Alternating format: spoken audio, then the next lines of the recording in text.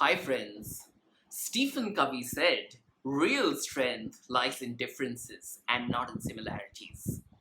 According to Glassdoor, 67% of job seekers consider workplace diversity an important factor while considering employment opportunities. And more than 50% of current employees want their workplace to do more to increase the diversity.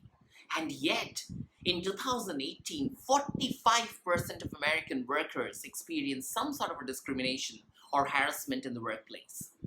78% of employees who responded to an HBR study said that they work at an organization that lacks diversity in leadership positions. So, why have we landed ourselves in this situation? And what really is diversity? Gallup defines diversity as the full spectrum of human demographic differences.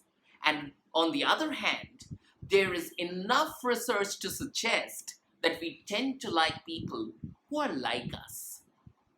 Meeting people who are like us makes us feel more confident about our own choices. We also think that someone who is similar to us is more likely to like us. They just have more context. Research has also shown that people are more likely to see self-expansion opportunities when interacting with someone who are similar rather than dissimilar. Can you believe that?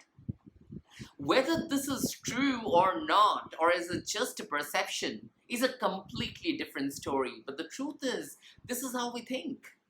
And therefore, we realize that when we meet people who are not exactly similar to us, we are at best amused by them. Our curiosity is stoked. But when we hear their perspective, which may be not really similar to our line of thought, the confirmation bias in us suffers. We don't feel validated. And what's the result? We end up turning a deaf ear to their opinion. What this also does is we consciously stay away from these people so that we do not really have to take their views into consideration while making important decisions. And yet, this mutual exchange of perspectives is the foundation of innovation culture. So what, in the truest sense, is diversity? Is it cultural?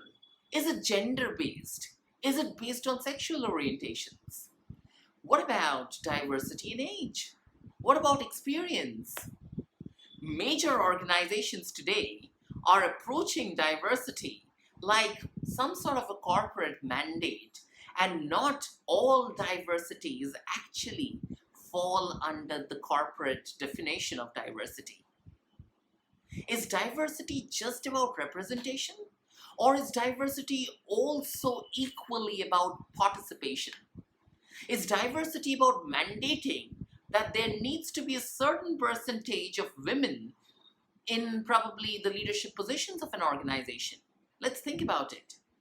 What then if the same women don't have a voice in these leadership meetings? They're not heard. What about that? Will they still participate? Most importantly, do they feel psychologically safe?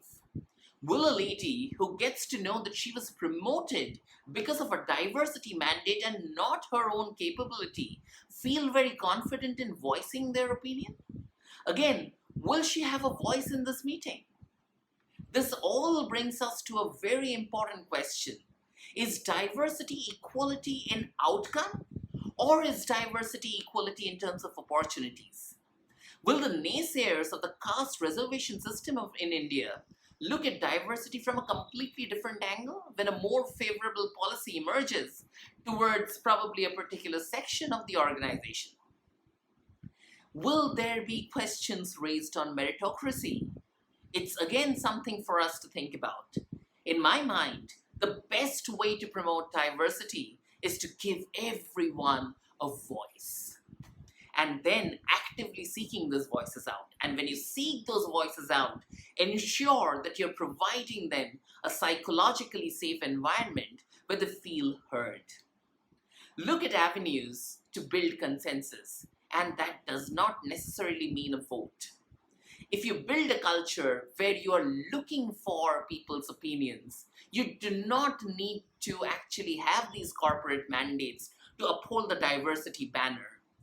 In any case, the diversity banner does not get beyond representation in most organizations. Can we be sensible and sensitive at the same time? And this need not just be for diverse groups. This is for anyone in the organization.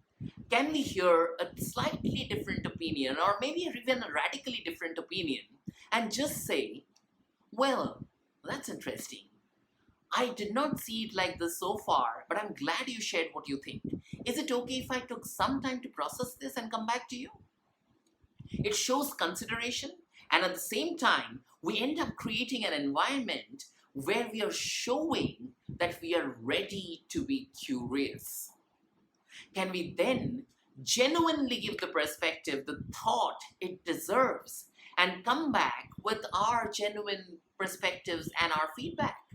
Can we really do this? In a world that is driven by innovation, we cannot turn blind to the importance of diversity. But diversity by the letter, because of a corporate mandate, and diversity in spirit are two different things.